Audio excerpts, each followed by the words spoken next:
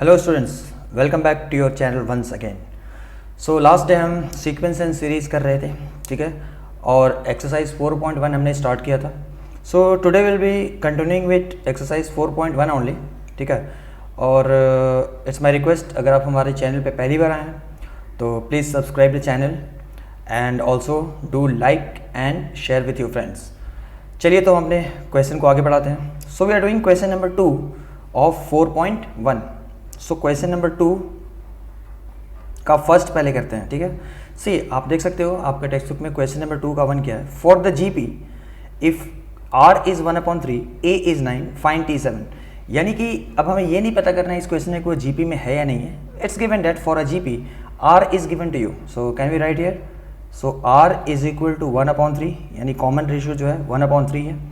a is equal to 9 and we have to find t7, यानी कि 7th term हमें find करना है, ठीक है। तो एज आई टोल्ड यू कि आपको nth टर्म ऑफ जीपी का फॉर्मूला याद रखना है। So nth term of a GP का फॉर्मूला क्या होता है। nth term of GP is tn is equal to a r raise to n-1, ठीक है।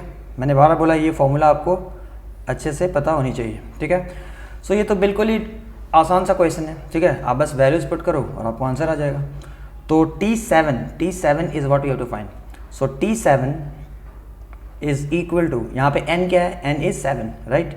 a की वैल्यू क्या है, a इज 9, तो आप यहाँ पर 9 लिख दो। r क्या है भाई, r इज 1/3 एंड n-1 यानी 7-1, यानी कि 7-1। और t7 is equal to 9, 1/3 and 7-1 क्या होता है, 6 होता है, ठीक है। तो अब इसको फर्दर क्या करना है, सिर्फ सिंप्लीफाई करना है आपको, right. So t7 is equal to 9 into, अब ये देखो 1/3 रेज टू 6, यानी 1/3 आपको 6 टाइम्स मल्टीप्लाई करनी है, राइट। तो एक काम करता हूँ मैं, 1/3 इंटू 1/3 मैं लिख देता हूँ, ठीक है। 6 वाली लिखने की जरूरत नहीं है, ये मैंने बस इसलिए लिखा कि ताकि ये 9 हो जाए, 3 इंटू 3, और ये 9 से 9 कैंसिल हो जाए। और बाकी जो है मैं 1/3 रेज टू 4 लिख सकता हूँ, ठीक है। 6 टाइम्स था तो रेज टू 4, 1 टाइम ये हो गया, 1 टाइम ये हो गया। सो ओवरऑल ये 6 टाइम्स है। अब ये मैंने इसलिए लिखा था कि ये 3 3 9 और ये 9 कैंसिल हो जाए। तो फाइनली हमें t7 की वैल्यू क्या मिल रही है। So t7 is equal to 1/3 raise to 4 which is equal to how much, 1/3 into 3 into 3 into 3 into 3, 3 raise to 4 क्या होता है, 3 3 9, 9 3 27, 27 3 81। सो this is 81। So your final answer is t7 is equal to 1/81. So this is your answer. I hope this is clear. तो question काफ़ी आसान था, आपको खाली क्या है, फॉर्मूला याद रखना है और कैलकुलेशन एरर नहीं करनी है, ठीक है। अब ये देखिए आपका क्वेश्चन नंबर 2 का 2 है। a is given as 7/243, r is given as 1/3 and you have to find t3। तो एक काम करता हूँ, मैं क्वेश्चन को लिख लेता हूँ पहले। क्वेश्चन नंबर 2 का ये हम एक काम करते हैं, इसका बीच में से लाइन ड्रॉ कर दीजिए, ठीक है। क्वेश्चन नंबर 2 का 2 हम अभी करने जा रहे हैं। तो क्या क्या दिया है हमें, a दिया है 7/243, तो मुझे a दिया है 7/243, right, this is 7 and r is 1/3 and we have to find t3। r is 1/3, common ratio जो है वो है 1/3 and we have to find third term, यानी t3 क्या है वो हमें फाइंड करना है, ठीक है। तो काफ़ी आसान सा है, ये देखिए a is 7/243, r is 1/3 and t3 is what we have to find. तो ये भी डायरेक्ट फॉर्मूला पे बेस्ड क्वेश्चन है, ठीक है। तो कैसे किया जाए, यहाँ भी आपको सिंपल सा फॉर्मूला याद रखना है। nth term is equal to a r raise to n-1, ठीक है। इस फॉर्मूला के ऊपर ये क्वेश्चन है। अब आपको अच्छे से पता है इसमें a की वैल्यू दी हुई है, r की वैल्यू भी दी हुई है, और n-1, तो n की वैल्यू क्या है 3, because t3 tn is what we have to find. So t3 is equal to, a की जगह पे आप लिख दो 7/243, ठीक है, इनटू r कितना है भाई, r इज 1/3, तो आप इसको 1/3 लिख दो, ठीक है, एंड रेज टू n-1, यानी कि थर्ड टर्म है, यानी कि 3-1, ठीक है। अब बस इसको सिंप्लीफाई कर दो।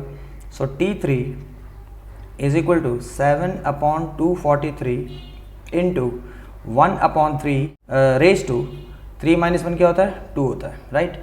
बहुत ही आसान सा है यार। So T3 is equal to 7/243, 7/243 into 1/9, 3 का स्क्वायर हो गया 9। अब इसमें से कुछ कैंसिल हो रहा है क्या? इसमें से कुछ भी कैंसिल नहीं दिख रहा है मुझे, ठीक है।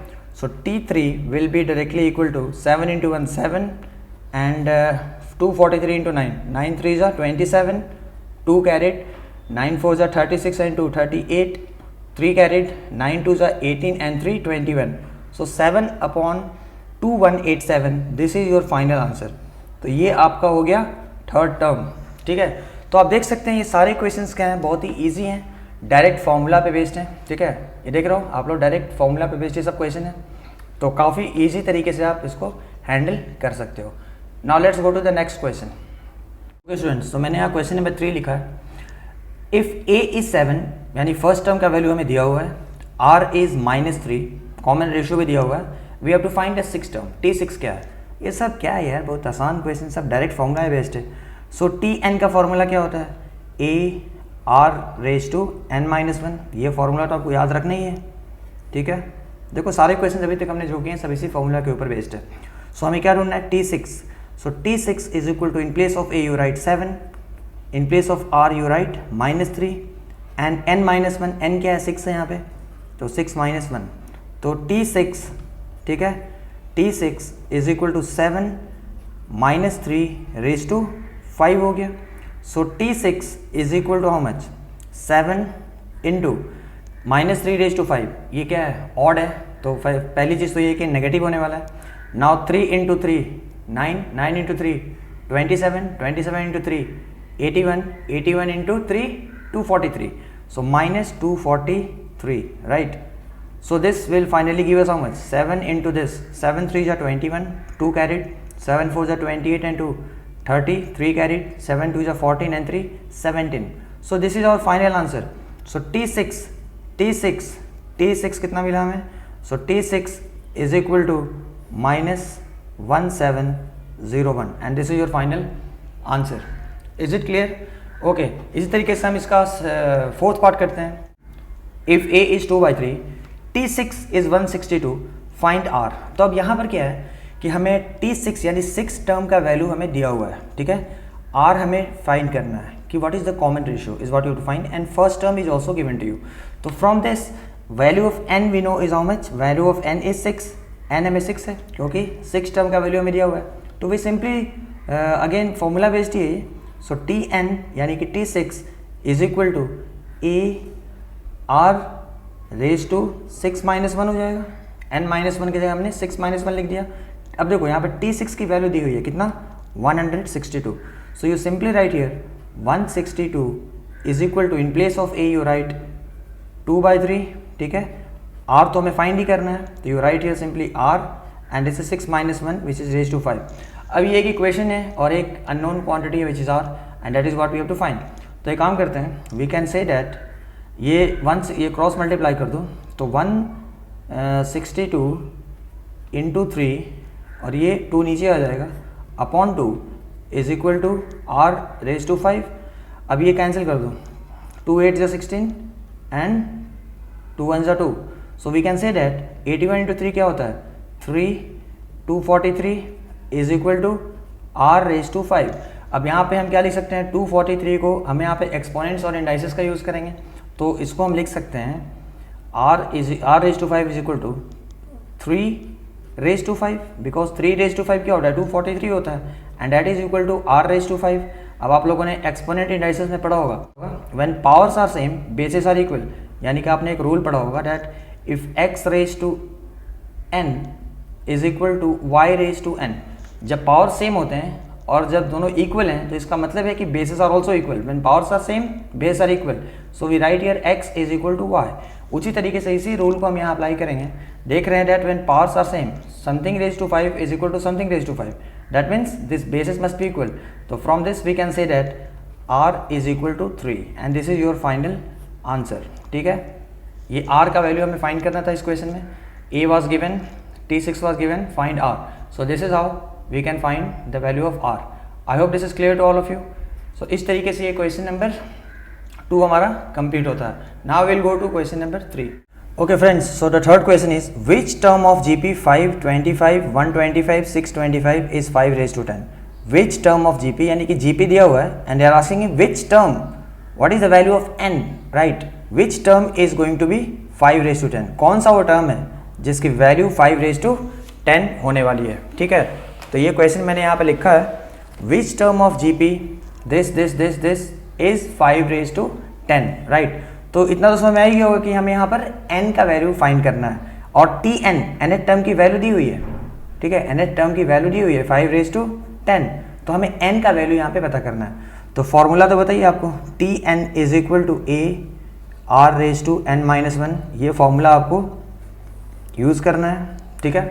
और उसके बाद tn का वैल्यू कितना दिया है हमें 5 raised to 10, मतलब बेसिकली यहाँ हमें n का वैल्यू पता करना है कि क्या है, विच टर्म, ठीक है. विच टर्म यानी कि tn 7th है, 10th है, 100th है, कौन सा वो टर्म है जिसकी वैल्यू 5 raised to 10 होने वाली है. तो tn का वैल्यू तो ऑलरेडी हमें दिया हुआ है, tn जो है वो हमें दिया हुआ है 5 raised to 10, ठीक है. a is already given to us, the first term of the GP is 5 and r is what we have to find. तो सबसे पहले आप कॉमन रेशियो r फाइंड कर लो, या तो T2/T1 करो, T3/T2 करो, वट एवर यू फील. तो मैं T2/T1 कर देता हूँ. तो T2/T1 जो होगा वो क्या होगा 25/5 which is equal to 5, right. Therefore हमें r की वैल्यू क्या मिली, r का वैल्यू मिला हमें 5. अब r का वैल्यू 5 मिल गया, a already we know, a is how much, a is 5, तो a भी 5 है और r भी 5 है और tn की वैल्यू हमें दी हुई है 5 raised to 10. सो हमें क्या n का वैल्यू पता कर देना है. So just use the formula tn is equal to ar raised to n minus 1. tn का वैल्यू हमें कितना दिया है 5 raised to, therefore 5 raised to 10 is equal to a की जगह पे हम क्या लिखेंगे 5 लिख देंगे, इंटू r की जगह पे हम क्या लिखेंगे r इज ऑल्सो 5, तो यहाँ पे आप 5 लिख दो and n minus 1, right, n minus 1, क्योंकि n का तो वैल्यू हमें फाइंड करना है, ठीक है. अब एक काम करते हैं, इस 5 को इधर ला दो, ठीक है. तो implies 5 raised to 10 upon 5 is equal to 5 raised to n minus 1. अब ये हो जाएगा क्या, ये क्या हो जाएगा 5 raised to 10 minus 1. और ये बस हमें एक्सपोनेंट का रूल हमने किया, अगर बेसिस सेम है और डिवीजन है तो पावर को सब्ट्रैक्ट कर देते हैं and that is equal to 5 raised to n minus 1 implies 5 raised to 9 is equal to 5 raised to n minus 1. अभी हमने लास्ट क्वेश्चन में भी ये रूल यूज़ किया था, अगर आपके बेसिस सेम है तो पावर्स इक्वल होते हैं और अगर पावर्स सेम है तो बेसिस इक्वल होते हैं. तो in this we can see that basis are same, so definitely powers are going to be equal. मतलब ये रूल आपको पता होगा ना, अगर मुझे दिया है x raised to a is equal to x raised to b, अगर ऐसा इक्वेशन मुझे दिया है और जहाँ भी बेसिस सेम है और वैल्यूज भी अगर इक्वल हैं तो obviously powers are going to be equal, so we write a is equal to b. So this is the rule that we are using here. 5 raised to 9 is equal to 5 raised to n minus 1. Therefore 9 is equal to n minus 1. Powers are going to be equal. तो इससे हमें n का value क्या मिल जाएगा, ये 1 इधर आ जाएगा, तो n is equal to 9 plus 1, यानी कि 9 plus 1 is equal to n. Therefore n is equal to 10. So n का वैल्यू हमें मिल गया 10, यानी कि इस GP में 10th टर्म जो है ना, 10th टर्म का वैल्यू जो है वो 5 raised to 10 होने वाला है. Is this clear? So this is the value of 10. So let's go to the next question. For what values of x 4/3 x 4/27 are in GP. मतलब ये क्वेश्चन क्या बोलता है, for what values of x. सही, मैंने question यहाँ पे लिखा है for what values of x this sequence, ये जो सीक्वेंस आपको दिया हुआ है आर इन GP. अरे भैया, कोई भी सीक्वेंस को अगर जीपी में होना है तो क्या होना चाहिए, रेशो कॉमन होना चाहिए बस. अगर मैं चाहता हूँ कि ये सीक्वेंस जीपी में होए तो इनका रेशियो क्या होना चाहिए, कॉमन होना चाहिए. मान लीजिए ये T1 है, let's say this is T1, this is T2, this is T3, right. So if I want this sequence to be in GP, I know that T2/T1 must be equal to T3/T2. बस ये condition को fulfil करना है, ठीक है. अब इसको use करके हम x का वैल्यू फाइंड कर सकते हैं. T2 क्या है x, तो मैं लिख दूंगा x/T1 क्या है 4/3, तो 4/3 लिख दो and that is equal to, what is T3? T3 is 4 upon 27 upon what is T2? T2 is x, right? अब इसको फर्दर सिंप्लीफाई कर लीजिए.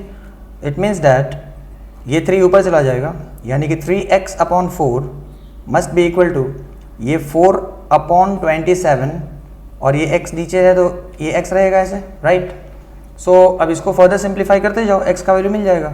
This is 27x and this is 3x. So 27 into 3 क्या होता है? 81 और x इंटू एक्स हो गया 81x square and that is equal to 4 into 4 16, right? So 81x square is 16. So x square is equal to what? 16 upon 81, isn't it? So x क्या हो जाएगा? What will be x? x का value क्या मिलेगा हमें? So x will be under root 16 upon 81, right? So from this we get the value. So from this we get the value of x as how much? Root 16 upon 81 will be plus minus 16 upon 81 का root क्या होता है?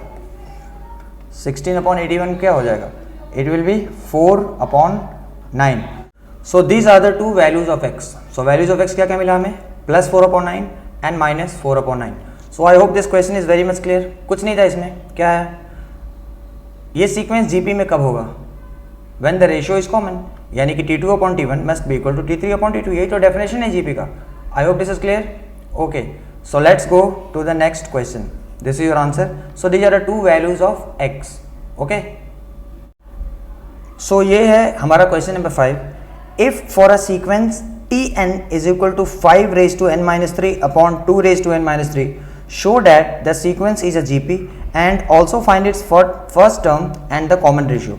यानी कि इसमें क्या दिया है? सी इसको मैंने लिखा है क्वेश्चन को, ठीक है? ये देखिए क्वेश्चन में क्या बोल रहा है? If for a sequence Tn is this, right? तो we have to show that this sequence is GP, ठीक है? तो देखो मतलब कोई भी एक सीक्वेंस है, ठीक है? कोई भी एक सीक्वेंस है, उसका nth टर्म का ये एक्सप्रेशन दिया हुआ है, ठीक है?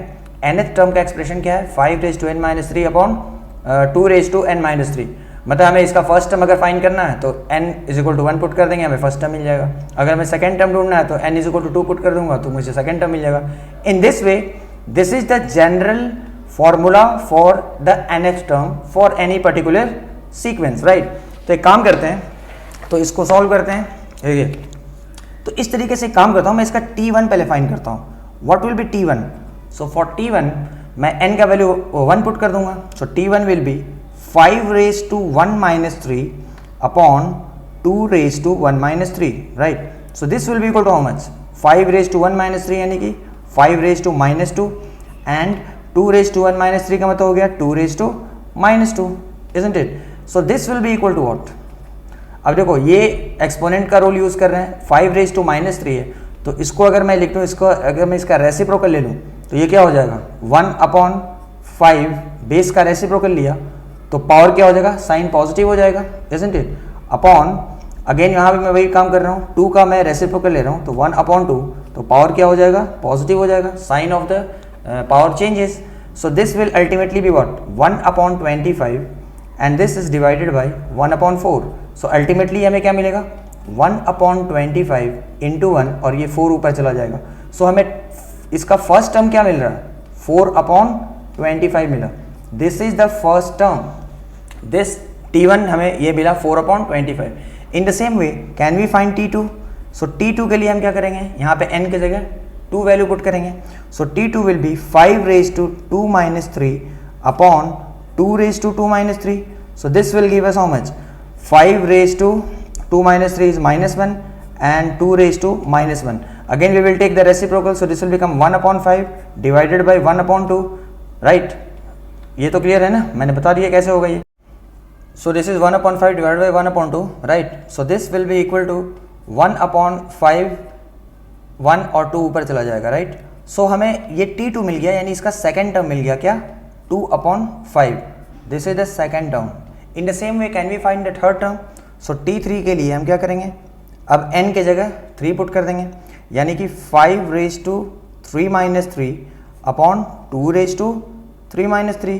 सो this is equal to what? 5 raise to 0 upon 2 raise to 0 and anything raise to 0 आप सबको पता है क्या होता है 1 अपॉन 1. सो योर T3 यानी थर्ड टर्म जो मिल रहा है वो हमें क्या मिल रहा है, third term is coming to be 1, right. Third term is coming to be 1. So see we have got the first term T1 मिल गया हमें 4/25 by using this general term का फॉर्मूला, एंड T2 मिल गया हमें 2/5 एंड T3 मिल गया हमें 1. अब मुझे बताना है कि show that the sequence is in GP. So ये एक सीक्वेंस हमें मिला क्या, जिसके टर्म्स क्या हैं 4/25, सेकेंड टर्म क्या है 2/5 और थर्ड टर्म क्या है 1 एंड सो ऑन. ठीक है, ऐसे चला जाएगा. अब मुझे बोलना है भाई कि इसका ये सीक्वेंस जो है ये जीपी में है या नहीं है, मतलब I have to prove that ये जीपी में है. तो भाई सेम कॉन्सेप्ट, इसमें क्या प्रॉब्लम है भाई.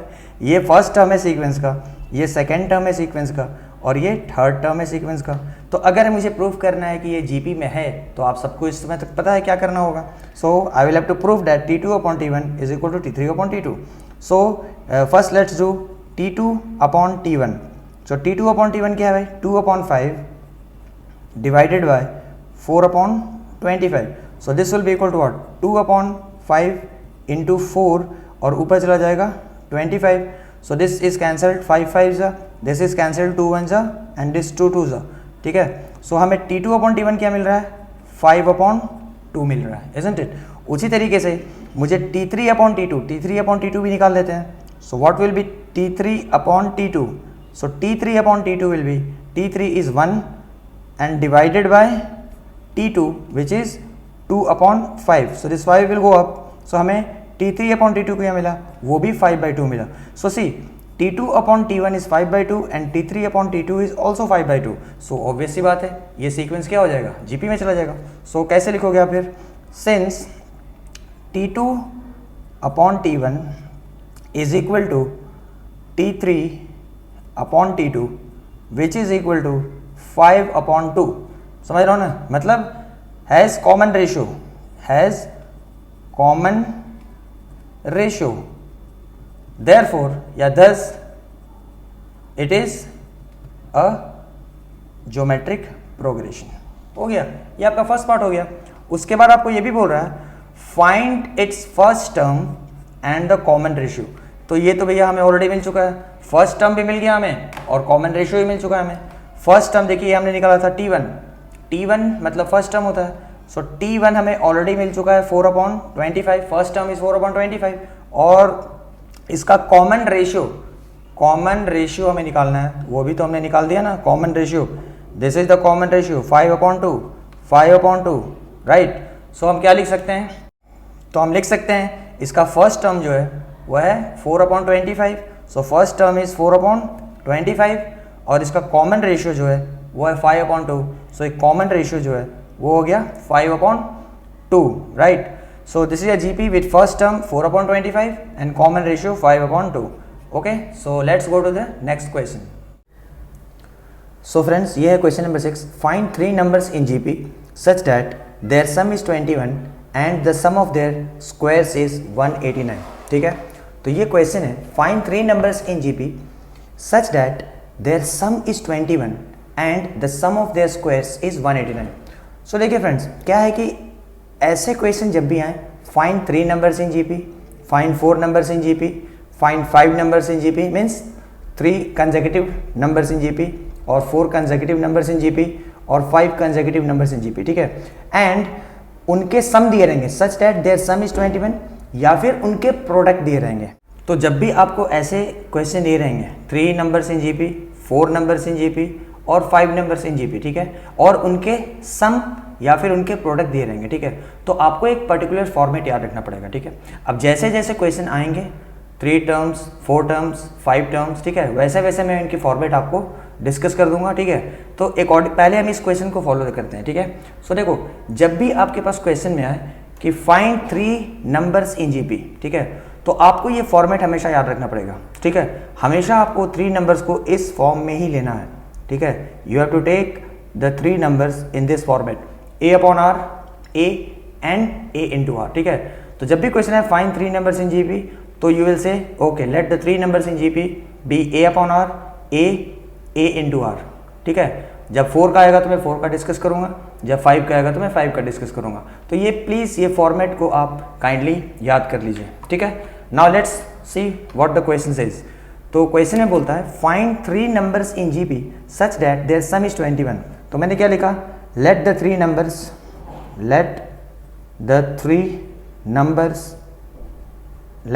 Numbers be a upon r, a into r, ठीक है। अब कंडीशन क्या क्या है, such that their sum is 21, यानी उन टर्म्स का सम जो है वो 21 है। सो अकॉर्डिंग टू क्वेश्चन उनका सम आप लिख दो, a upon r plus a plus a r, ये हो गया उनका sum, isn't it. And this is given to us as how much 21। ये आपका पहला कंडीशन हो गया। इसमें आप क्या कर सकते हो, a देखो सब में कॉमन है, तो can I take a common, तो क्या हो जाएगा ये, this will become 1 upon r plus 1 plus r, isn't it. And this is equal to 21। तो एक तरीके से आप बोल सकते हो ये हमारा फर्स्ट इक्वेशन हो गया, ठीक है। दूसरा क्या बोलता है, and the sum of their squares is 189। Sum of their squares यानी इन जो ये जो 3 नंबर्स लिए उनके स्क्वायर्स का सम, ठीक है। तो एक काम करते हैं उनके स्क्वायर्स का सम ले लेते हैं। तो a अपॉन आर का स्क्वायर प्लस a का स्क्वायर प्लस ए आर का स्क्वायर, क्या कर रहा हूं मैं, I am taking the sum of their squares. So जो नंबर हमने लिया है a upon r, a r, उनके स्क्वायर्स का सम ले रहा हूं मैं, ठीक है। And that is given to us as the sum of the squares is 189 and this thing is given to us is 189, ठीक है। अब इसको फर्दर हम क्या कर सकते हैं, I can write this as a square upon r square plus a square r square and that is equal to 189, right. अब इसमें से भी हम क्या कर सकते हैं, सब में a स्क्वायर है, तो can I take a square common. तो if I take a square common, so I am getting 1 upon r square plus 1 plus r square and that is equal to 189। तो अब हमारे पास ये सेकेंड इक्वेशन अवेलेबल है, ठीक है। This is our first equation, ये हमारा फर्स्ट इक्वेशन है, ठीक है। और ये जो है ये हमारा सेकेंड इक्वेशन है। अब इन दोनों इक्वेशन के हेल्प से हम क्वेश्चन को सॉल्व कर सकते हैं, ओके। तो now what I am doing is, see इसको मैं क्या लिख सकता हूँ, this thing can be written as 1 upon r plus r plus 1, ठीक है। 1 upon r plus 1, this is equal to what, this is equal to 21 divided by a, this is equal to 21 divided by a, right. So अब क्या होगा, 1 upon r plus r is equal to, ये 1 को मैं उधर ले जा रहा हूँ, सो 21 अपॉन ए माइनस 1 हो जाएगा, ठीक है। तो इससे क्या हो गया कि हमें 1 अपॉन आर प्लस आर ये एक एक्सप्रेशन मिल गया, right. This 1 upon r plus r is equal to 21 upon a minus 1। अब देखो ये डेफिनेटली ये कैलकुलेशन जो है थोड़ा सा कॉम्प्लिकेटेड है, टिपिकल टाइप का है, तो थोड़ा सा आपको दिमाग लगाना पड़ेगा, ठीक है। सो अब देखिए उसी तरीके से मैं इसको क्या लिख सकता हूँ, 1 upon r square plus 1 is equal to 189 divided by a square. तो अब मैं इक्वेशन 2 को क्या लिख रहा हूँ, from 2, this is from 1, right. अब from two what do we get? We get 1 upon r square plus 1 is equal to 189 divided by a square, 189 divided by a square. तो 1 upon r square, so it implies 1 upon r square plus r square will be what? This thing minus 1, यानी कि 189 upon a square minus 1. So from 2 we are getting this thing. See, अब हमें वापस से इन दोनों का use करना है, इस इक्वेशन को सॉल्व करना है हमें फाइनली, ठीक है ना। देखो 1 upon r is equal to 21 upon a minus 1 and 1 upon r square plus r square is this this minus this. तो क्या करे भाई, व्हाट शुड वी डू, अगर मैं इसको स्क्वायर के फॉर्म में करूँ दिस, राइट। तो एक काम करता हूँ, मैं ये वाले इक्वेशन को दोनों साइड स्क्वायर कर देता हूँ, क्या, स्क्वायरिंग बोथ साइड्स, क्या, इसको मैं दोनों साइड स्क्वायर करता हूँ, I am squaring this both the sides, squaring both sides, ठीक है। तो क्या होगा 1 अपॉन आर प्लस आर, मैंने इधर स्क्वायर कर दिया, देखो लेफ्ट हैंड साइड को मैंने स्क्वायर कर दिया, तो ऑब्वियस सी बात है मुझे राइट हैंड साइड को भी स्क्वायर करना पड़ेगा, यानी कि 21 upon a minus 1 the whole square. ये इक्वेशन को क्या किया मैंने, लेफ्ट हैंड साइड और राइट हैंड साइड दोनों साइड स्क्वायर कर दिया।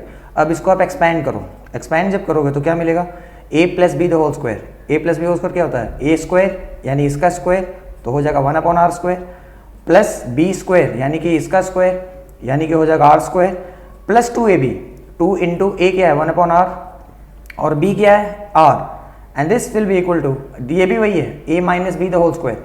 तो a minus b the whole square मतलब इसका स्क्वायर जब करोगे तो 21 का स्क्वायर क्या होता है 441 अपॉन ए स्क्वायर, ये ए स्क्वायर हो गया, प्लस बी स्क्वायर का मतलब हो गया 1 का स्क्वायर यानी कि 1 हो गया, and minus 2ab, minus 2 into a क्या है 21 अपॉन ए, 2a और b क्या है अगेन 1। तो हमें क्या मिला भाई, देखो ये r और ये r हो गया कैंसिल। तो इससे हमें क्या मिलेगा, देखो I want one expression like this, see एक एक्सप्रेशन हमें 1 upon r square plus r square का मिल चुका है, यहाँ से भी हमें एक सेम एक्सप्रेशन मिलेगा 1 upon r square plus r square, और फिर हम इसको सब्स्टिट्यूट कर सकते हैं, ठीक है, इन दैट पर्टिकुलर इक्वेशन।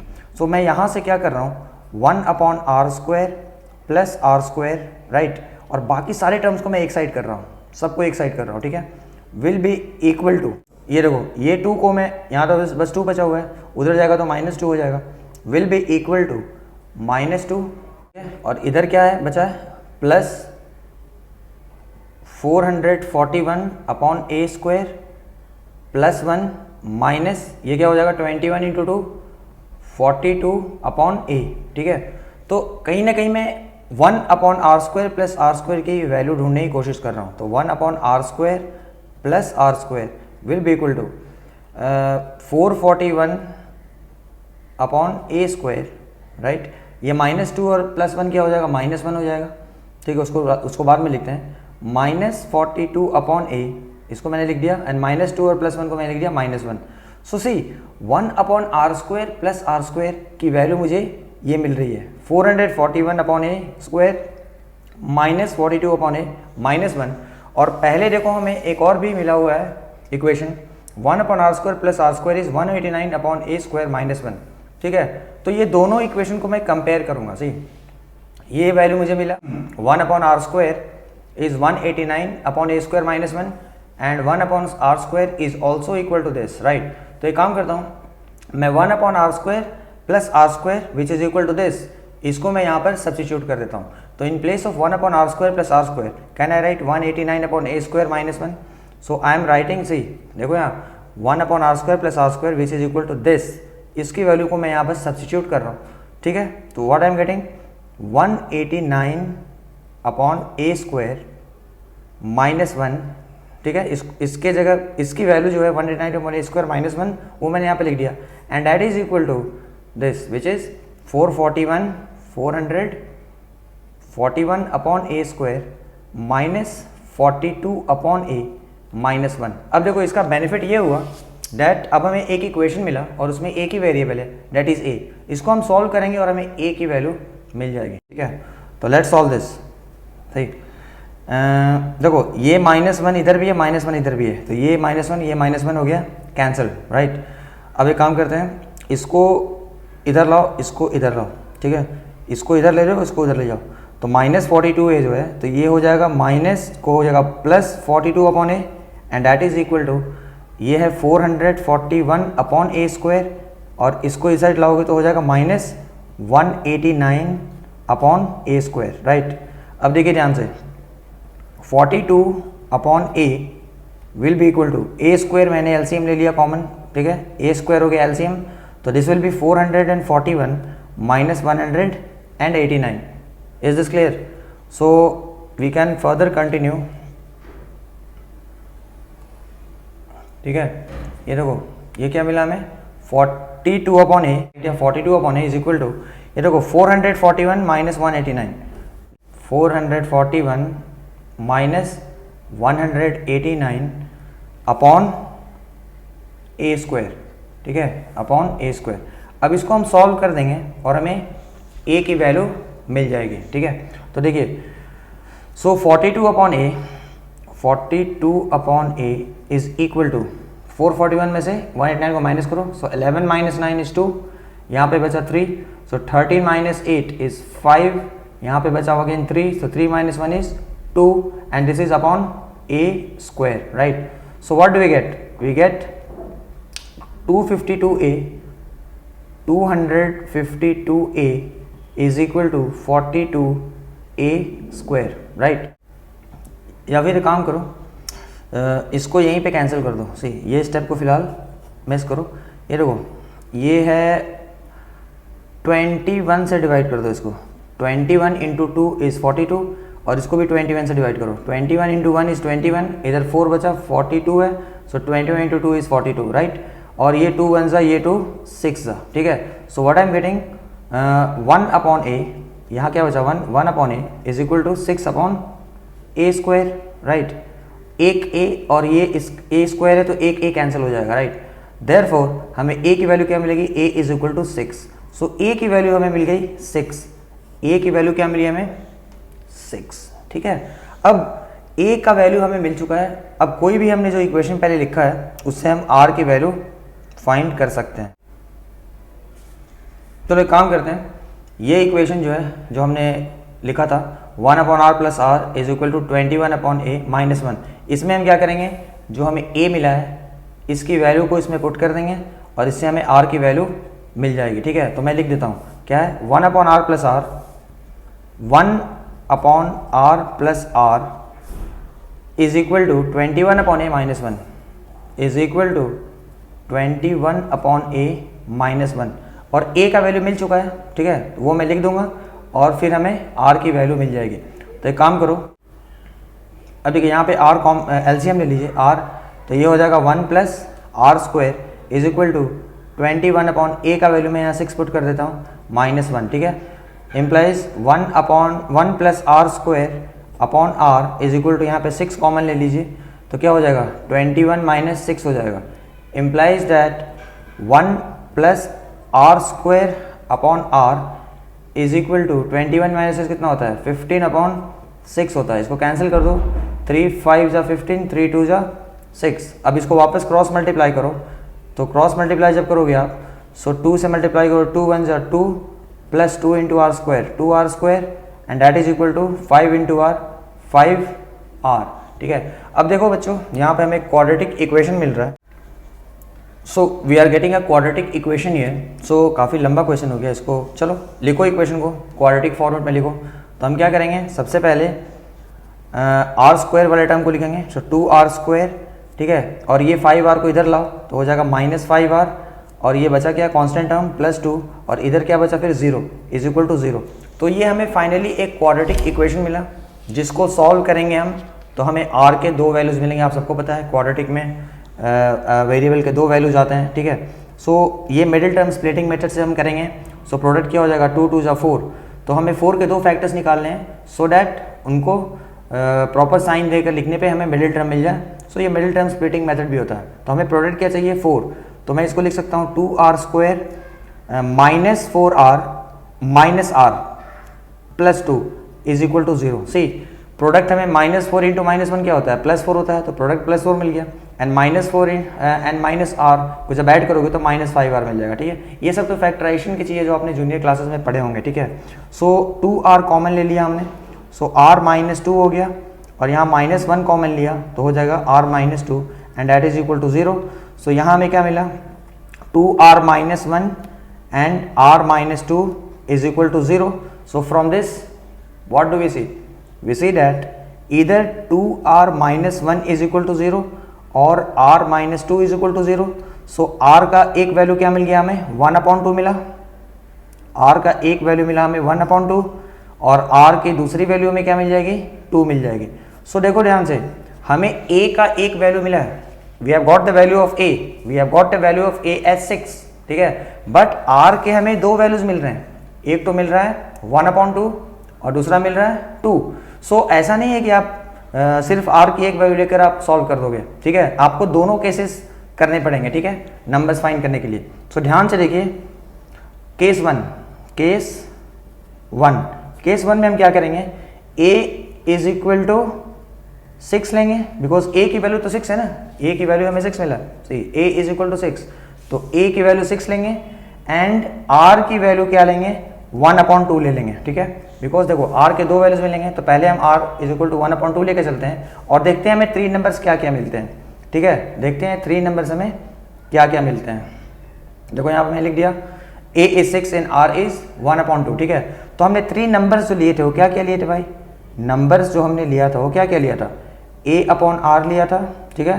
फिर हमने a लिया था एंड a इंटू r लिया था, राइट, यही लिए थे ना। अब वैल्यूज को पुट कर दो, therefore is equal to what, a को है 6 एंड r कितना है 1/2 अपॉन 1/2, a कितना है 6 और ये क्या है a इज 6 इंटू r कितना है 1/2। So these are my 3 numbers, क्या ये 2 ऊपर चला जाएगा तो 6 इंटू 2 हो जाएगा, तो हो जाएगा 12, ये रहेगा 6 और ये क्या हो जाएगा, ये 2 एंड 3, ठीक है, तो ये 3 हो जाएगा, right. So this are the numbers, ठीक है। So the numbers are therefore numbers are what, 12, 6, 3।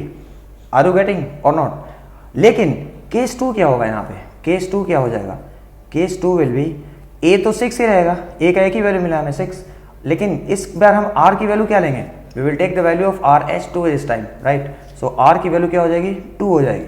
तो फिर हमने नंबर्स क्या क्या लिए थे भाई, नंबर्स जो लिए थे वो था a/r, a and a into r, right. तो फिर सब्स्टिट्यूट कर दो वैल्यूज को, तो a की जगह हम क्या लिखेंगे 6 और r की जगह क्या लिखेंगे 2 लिखेंगे, a की जगह क्या लिखेंगे 6, a इंटू आर मतलब a is 6 into r is 2। तो हमें नंबर्स क्या मिले, ये हो गया 2 3 जा, so 3, 6, 12। Are you getting.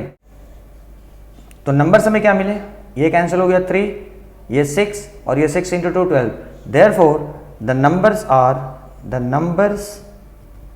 Are 3, 6, 12। Okay, so ये आपको दोनों आंसर लिखने हैं। फर्स्ट नंबर्स आर 12, 6, 3, ठीक है, एंड सेकेंड नंबर्स आर 3, 6, 12। सो अगर आपने सिर्फ एक लिख कर छोड़ दिया तो आपके मार्क्स जो है वो चले जाएंगे। तो बच्चों काफ़ी लंबा क्वेश्चन था ये, बट आई होप आप लोगों को समझ में आ गया होगा। Okay, so if you are watching this channel for the first time then please subscribe the channel and please don't forget to press the like button and please also share with your friends. Okay, so thank you all. अब हम next video में मिलते हैं और उसमें हम question number 7 से start करेंगे। Once again thank you.